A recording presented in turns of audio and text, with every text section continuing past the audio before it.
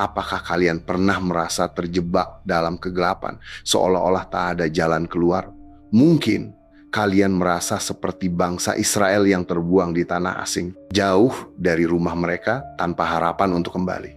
Di tengah kegelapan itu, seorang pria bernama Baruh yang dikenal sebagai sekretaris dari Nabi Yeremia, menulis sebuah surat yang akan mengingatkan umat Israel tentang pertobatan, pengharapan, dan janji keselamatan yang datang dari Tuhan. Kitab Baruh adalah sebuah surat kenabian yang ditulis dalam masa yang penuh penderitaan. Sebuah surat yang mengajak umat Israel yang sedang dalam pembuangan untuk kembali kepada Tuhan dan merenungkan dosa-dosa mereka.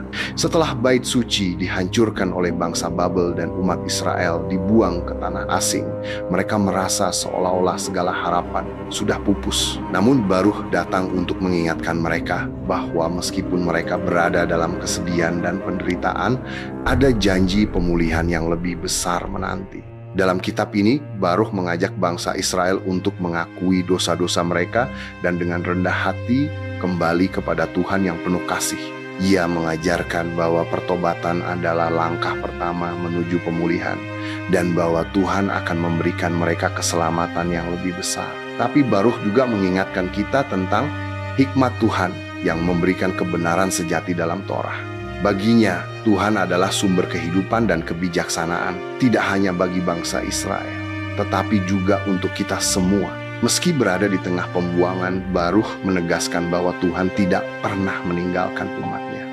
Ada janji keselamatan, dan Tuhan akan membawa mereka kembali ke tanah yang dijanjikan. Baruh menulis untuk kita semua, agar kita selalu ingat akan janji Tuhan, bahwa meskipun dalam kegelapan, ada cahaya yang akan menyinari kita, dan meskipun dalam penderitaan ada pengharapan yang tidak akan pernah padam. Kitab Baruh bukan hanya untuk umat Israel di zaman itu, tetapi juga untuk kita yang mungkin tengah menghadapi tantangan dalam hidup. Pertobatan, pengharapan, dan keselamatan adalah pesan yang akan terus bergema sepanjang sejarah.